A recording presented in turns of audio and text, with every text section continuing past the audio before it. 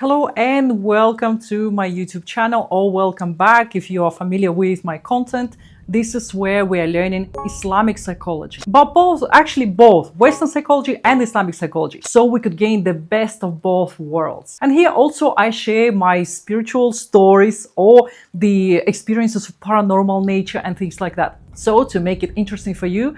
And I hope you benefit from this channel, so don't forget to subscribe. Let's get back to our today's video. In this video, I would like to share with you something really interesting, something really important.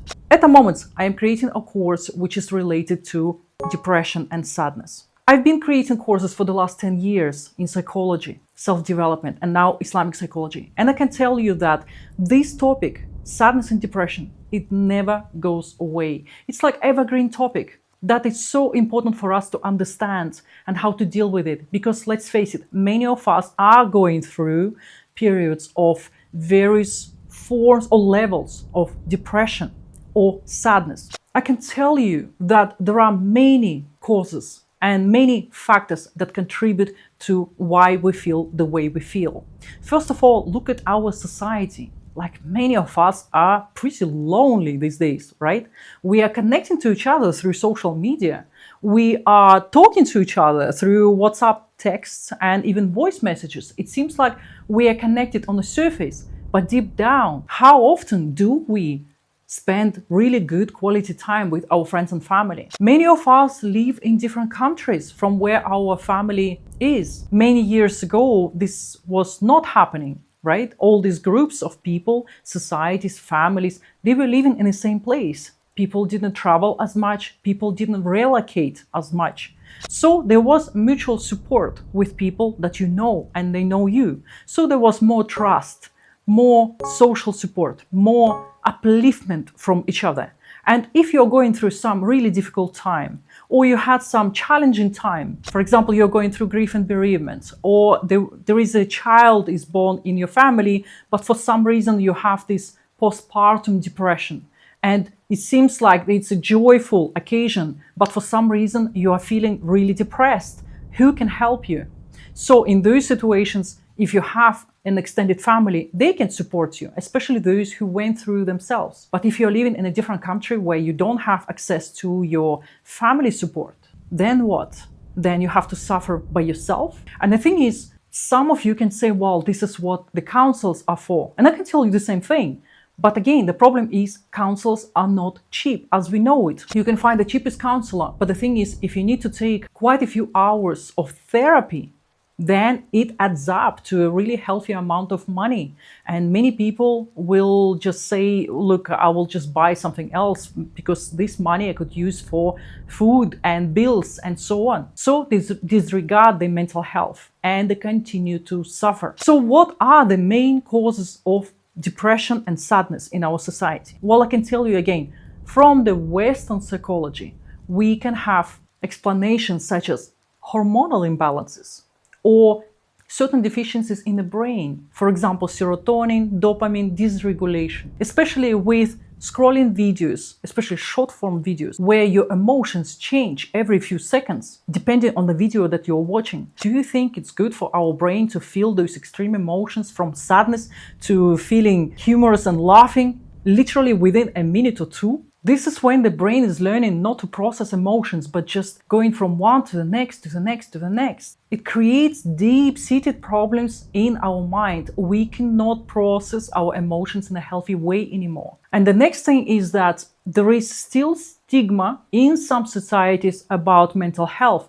So many people don't want to talk about that they are going through something like depression, where they feel numb, where they feel empty deep inside, and they cannot even find that support from anyone because they don't know how to talk about it. Also, we have something like childhood trauma, abuse, neglect, and so on, that can result in us having those depressive or sad moments of life because we never felt that we are understood by the loved ones. We could never express our emotions. We couldn't even talk about our feelings. So how we as adults can talk about our feelings with our romantic partners, for example, if we were not taught how to do it when we were growing up? We just shut down.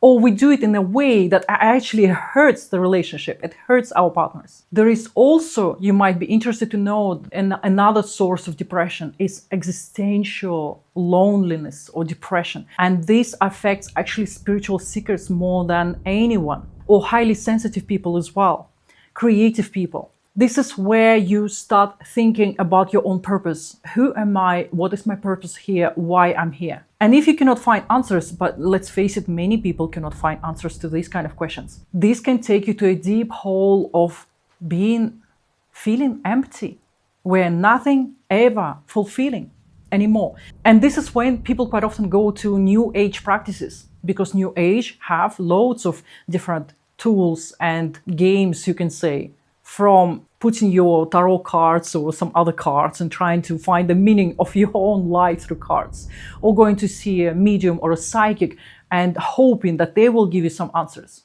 Of course, all this is quite on the surface. It doesn't really fulfill you. It can give you some temporary answers. The true deep spirituality can actually fulfill you so much better. Something that you need to find yourself. This is your spiritual path. Nevertheless, you might experience those phases of not understanding why you're feeling so low when everything seems like going so well. And then, of course, we have environmental causes. That can be because you are going through some hardship. You don't have a job that pays good money, or you don't have that romantic partner that you're really longing to have by your side. Or you might be living in a place where you hate because of noisy neighborhood, or some other circumstances that are not really so favorable, and you cannot look at this anymore, but at the same time you feel hopeless and powerless to do anything. Or perhaps it's something to do with finances and just financial problems, where you cannot pay bills on time, or where you have such a limited amount that if anything will disrupt, you are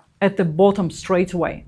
And that, of course, will cause you anxiety. And sometimes, it's not even so active in you. It's actually running on the background. Even though you might feel okay day to day, and if somebody asks you, how are you? You will say, I'm fine.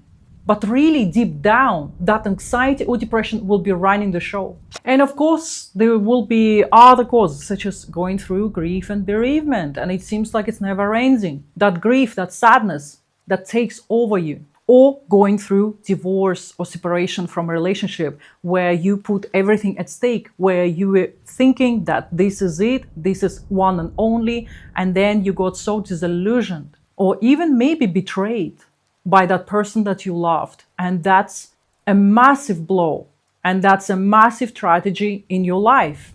And that is not going to be healed overnight. That's for sure. It can last for months and months and months.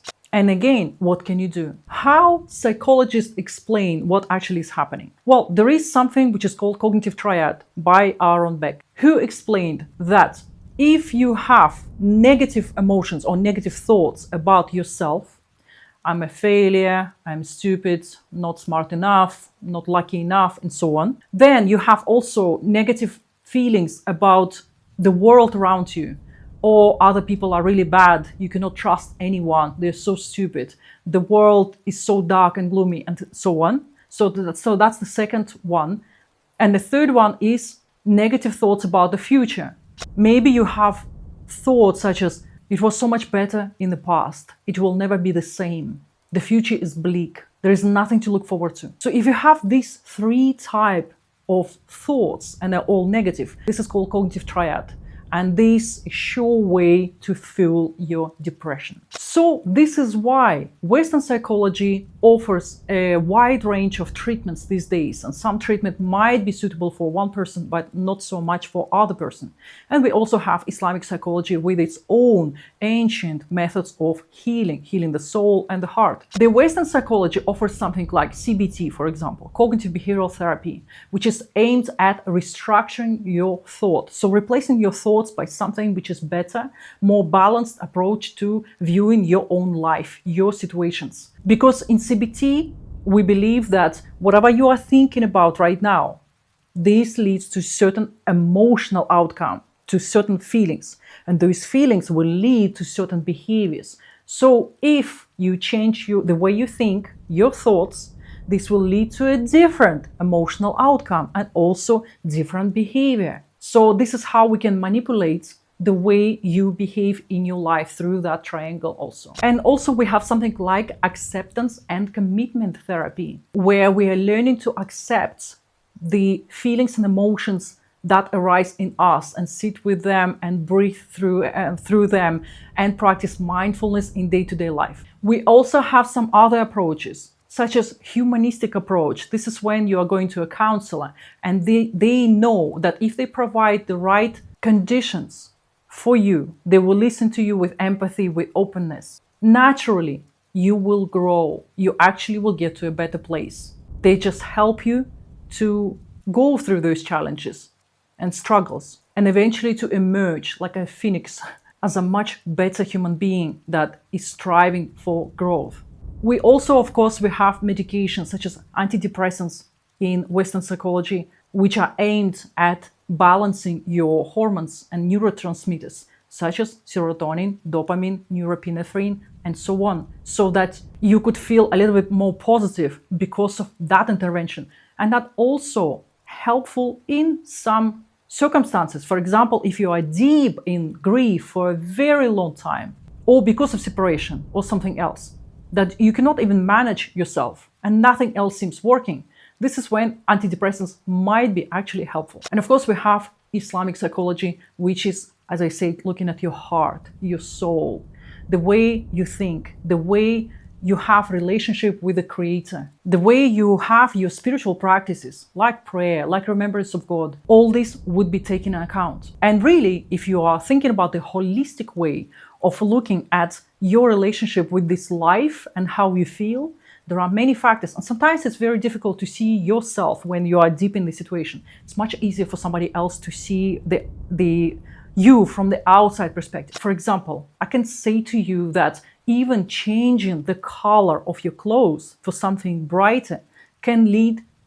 to a better emotions that day. Try it. Instead of, if you tend to wear black clothes, like I'm doing at this video, for example, and you tend to wear black, gray, dark blue, which is so common in UK, Europe, when I go there, it's completely different set of clothing than, for example, from Egypt and Mexico, where I also see how people like to wear these bright colors. It's a completely different mindset. It's completely different emotions when you're dressed into something else. Even if you don't feel like it, try on purpose as an experiment.